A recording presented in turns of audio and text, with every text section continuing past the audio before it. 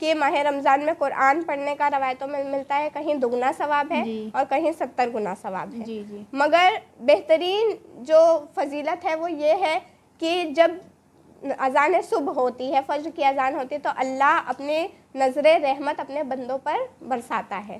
اور اگر اللہ کی نظر رحمت ہم جیسے بندوں پر پڑ جائے تو ہم ضرور زندگی کامیاب بہتر بن سکتی ہے. بے شک. اور اسی کے ساتھ جو بدبو، جو اسمیل ایک روزے دار کے منہ سے آتی ہے، ہمیں بے شک وہ پسند نہ ہو، مگر اللہ کہتا ہے کہ اسے وہ جو اسمیل ہے وہ بہت پسند ہے.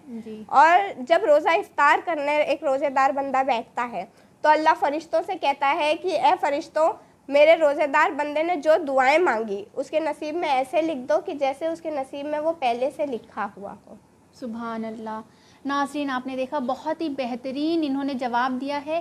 آپ نے جو اس میں ایک پوائنٹ بتایا ہے امیر اور غریب کا پوائنٹ، اس سے ریلیٹڈ ایک حدیث ہے کہ امام جعفر صادق علیہ السلام کے پاس ایک شخص آتا ہے کہ جس کا نام حشام تھا.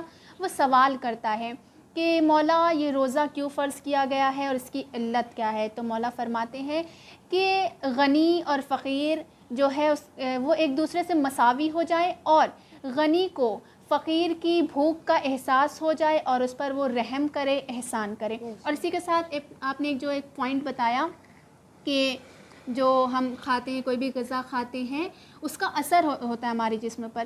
تو اس چیز کا سائنس نے بھی پروف کیا ہے کہ جب ہم کوئی چیز کھاتے ہیں تو ظاہر سی بات ہے اس سے جو غلط غذا ہوتی ہے، جو رطوبات ہوتے ہیں، بیماریاں ہوتی ہیں.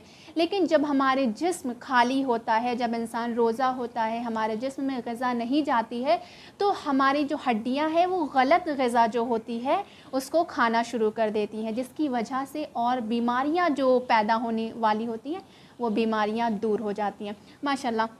اسی کے ساتھ میرا ایک اور سوال ہے آپ سے کہ جو عموماً انسانوں کے ذہن میں یہ سوال ہوتا ہے کہ رمضان میں روایت میں ملتا ہے کہ شیطان کو قید کر لیا جاتا ہے، لیکن اس کے بعد بھی ہم دیکھیں لوگ کہتے ہیں کہ شیطان کے بہکانے کی وجہ سے انسان گناہ کرتا ہے، اور جب شیطان قید کر لیا جاتا ہے پھر بھی رمضان میں لوگ گناہ کرتے ہیں. تو اس کی وجہ کیا ہے، کیا ریزن ہے؟ اس کا جواب ایک مثال کے ذریعے سے دینا چاہیں گے کہ بے شک روایت میں ملتا ہے کہ رمضان میں شیطان قید کر لیا جاتا ہے، مگر آج کے زمانے میں اگر دیکھیں تو ہمارے لائف میں سب سے زیادہ امپورٹنٹ جو چیز ہے وہ کیا ہے؟ دیکھا جائے ہمارا فون ہے. جب اگر ہمیں معلوم ہو جائے کہ ہمیں کہیں جانا ہے تو ہم کیا کرتے ہیں، اپنے فون کو فل چارج کر لیتے ہیں تاکہ وہ ہمارا ساتھ اس وقت تک نہ چھوڑے جب تک ہم واپس نہ آ جائیں. اسی طرح سے جب شیطان کو معلوم ہو جاتا ہے کہ رمضان آنے والا ہے، اسے قید کر لیا جائے گا، وہ اپنے بندوں کو فل چارج کرنا شروع کر دیتا ہے، فل ٹرین کرنا شروع کر دیتا ہے کہ جب تک میں واپس نہ آ جاؤں میرے بندوں کو میری ضرورت نہ پڑے، جو شیطانی بندے ہوتے ہیں. اور اسی کے ساتھ ایک اس کا دوسرا پہلو بھی ہے، ہم سارا الزام شیطان کے اوپر نہیں ڈال سکتے. ہمیشہ شیطانی نہیں ہوتا جو ہمیں بہکاتا ہے، کبھی کبھی ہم وہ خود ہوتے ہیں. کس طرح سے کہ ایک چھوٹی سی مثال، اگر ہم نے ارادہ کیا کہ ہم نماز پڑھنے جا رہے ہیں، نماز کا وقت ہوا، ہم نے ارادہ کیا ہم نماز پڑھنے جا رہے ہیں، اتنے میں ہم دیکھتے ہیں کہ ڈور بیل بجی، اور ڈور بیل بجی ہمارا دوست آ گیا. اب ہم یہ تو نہیں کہہ سکتے کہ شیطان ہمارے دوست کی شکل میں آ گیا تاکہ ہم نماز نہ پڑھیں. ہو سکتا ہے اللہ ہماری آزمائش لے رہا ہو کہ یہ بندہ اپنے دوست کو زیادہ ترجیح دیتا ہے یا مجھے زیادہ ترجیح دیتا ہے. اب اس پہ اگر ہم نے یہ فیصلہ کر لیا، ہم اس کو کہتے ہیں کہ تم تھوڑی دیر بیٹھو، ہم نماز ادا کر کے آ جائیں، تب تو وہاں شیطان کا کام آئے گا کہ وہ ہمیں بہکائے کہ تم یہ نماز نہ پڑھے. مگر ہم کیا کرتے ہیں، ہم خود ہی ہاں نماز میں تو ابھی بہت وقت باقی ہے، ہم پہلے اپنے دوست سے ملاقات کر لیں، پہلے اس کے ساتھ بیٹھ لیں، پہلے اس کے ساتھ گفتگو کر لیں، اس کے بعد نماز پڑھ لیں گے. تو جب ہم خود ہی شیطان کا کام آسان کر رہے ہیں تو شیطان کو کیا ضرورت ہے کہ وہ آ کر ہمیں بہکائے. اس لیے ضرورت یہ ہے کہ ہم اپنے اندر جھانکیں کہ کمی ہمارے اندر کہاں ہے. ہر بار ہم شیطان کے اوپر الزام ڈال کے خود کو نہیں بچا نہیں سکتے. اسی لیے ہمیں چاہیے کہ ہم اپنے اندر جھانکیں کہ ہمارے اندر کمی کہاں ہے. سبحان اللہ. آپ نے یہ بھی بہت بہترین جواب دیا کہ انسان کو ضرورت ہے کہ اپنی غلطیوں کو ڈھونڈے، اپنی غلطیوں کو فائنڈ کرے.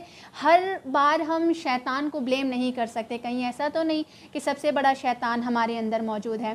اسی کے ساتھ میرا آخری سوال آپ سے یہ ہے کہ نیکی جو رمضان میں انسان کر رہا ہے، نماز پڑھ رہا ہے، روزے رکھ رہا ہے، نماز تہجد پڑھ رہا ہے، قرآن پڑھ رہا ہے، دیکھیں نیکی کرنا تو آسان ہے لیکن اس کو بچانا بہت مشکل ہے، کیونکہ روایت نہیں ملتا ہے کہ جب ایک بندہ نیکی کرتا ہے اور اس کے بعد کوئی گناہ کر دے، اس سے کوئی گناہ سرزد ہو جائے تو وہ نیکی ضائع ہو جاتی ہے۔ تو جو ابھی مسلمان جو ہے رمضان میں اتنی نیکیاں کر رہے ہیں، تو آنے والے جو 11 مہینے ہیں اس میں اس نیکی کو کس طرح سے باقی رکھ سکتے ہیں؟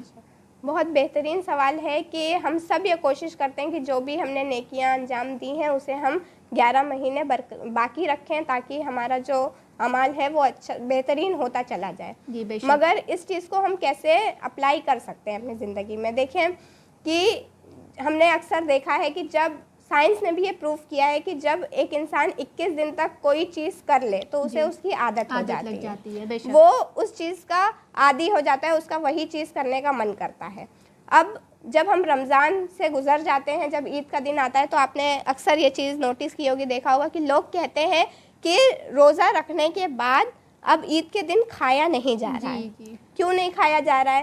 کیونکہ اس کی عادت ہو گئی ہے کہ اس کا پیٹ اس سے مانگ نہیں رہا ہے، مانگ نہیں رہا ہے، اب اس کی عادت ہے۔ اسی طرح سے ہماری عادت ہے کہ ہم قرآن پڑھتے ہیں، ہماری عادت ہے ہم نماز پڑھتے ہیں، ہماری عادت ہے کہ ہم گناہوں سے بچتے ہیں، مگر اب ہم کیا کرتے ہیں؟ عید کے بعد ہم اپنی عادتوں کو تبدیل کرنا شروع کر دیتے ہیں، ہم اپنی عادتیں بدلنا شروع کر دیتے ہیں کہ قرآن پڑھتے تو تھے مگر اب تو ماہ رمضان ختم ہو گیا، مگر اب کیوں پڑھیں؟ اب نہیں پڑھنا، ہم نے اپنی عادت کو بدل لیا، جبکہ ہو سکتا ہے ہمارا دل کہہ رہا ہے کہ یہ وقت ہے تلاوت کلام پاک کا، ہمیں کرنا ہے، مگر ہم اپنی عادتوں کو بدلنا شروع کر دیتے ہیں۔ تو اگر ہمیں بچانا ہے، اور ایک مثال یہ بھی ہے کہ جب ہم کسی کپڑے کو پاک کرتے ہیں اور ہم نے اسے ایسے ہی کہیں پر بھی ڈال دیا، ہمیں معلوم ہے کہ ہم نے وہ کپڑے کو پاک کیا ہے، اوروں کو تو نہیں معلوم۔ اب کوئی بھی اس جگہ سے گزر رہا ہے، اس نے اس پہ کوئی چیز ڈال دی، یا کوئی حیوان وہاں سے گزر رہا ہے، اسے تو نہیں معلوم کہ کپڑا پاک ہے۔ اب ہم کپڑے کو پاک رکھنے کے لیے کیا کریں گے؟ اسے وہاں سے اٹھائیں گے اور کہیں محفوظ جگہ رکھ دیں گے تاکہ وہ گندا نہ ہو، نجس نہ ہو۔ تب اگر ہم ایک کپڑے کو پاک کیے ہوئے کپڑے کو محفوظ رکھنے کے لیے اتنے ایفرٹس ڈال رہے ہیں، تو جو روح ہم نے روزہ رکھ کے یا سارے گناہوں سے بچ کر جو روح ہم نے پاک کی ہے، اسے پاک رکھنے میں ایفرٹس کیوں نہیں ڈال رہے؟ ہمیں یہ دیکھنا ہے کہ ہمارے ایفرٹس میں کمی کہاں رہ جا رہی ہے، جو ہمارے اعمال بدل جا رہے ہیں، جیسے ہم رمضان میں کر رہے ہیں اس طرح سے رہ نہیں جا رہے۔ تو ضرورت یہ ہے کہ ہم ایفرٹس ڈالیں، ہم دیکھیں کہ کمی کہاں ہے۔ سبحان اللہ۔ ناظرین آپ نے دیکھا، بہت ہی بہترین جواب دیا ہے کہ انسان کو ایفرٹس کی ضرورت ہے، انسان کو کوشش کرنے کی ضرورت ہے، اور یہ روایت میں ملتا بھی ہے کہ اللہ کہتا ہے کہ تم میری طرف ایک قدم بڑھاؤ، میں تمہاری طرف 10 قدم بڑھاؤں گا۔ اور ظاہر سی بات ہے ناظرین، اگر ہم اللہ کی طرف اپنے ایفرٹس ہم اللہ کی طرف بڑھائیں گے تو ظاہر سی بات اللہ بھی ہمیں ہدایت دے گا۔ اور اسی کے ساتھ ناظرین ہمیں ضرورت ہے کہ ہم علم دین کو حاصل کریں، اپنے دین کو سمجھیں، رمضان کو سمجھیں، روزے کو سمجھیں، اس کے امپورٹنس کو سمجھیں،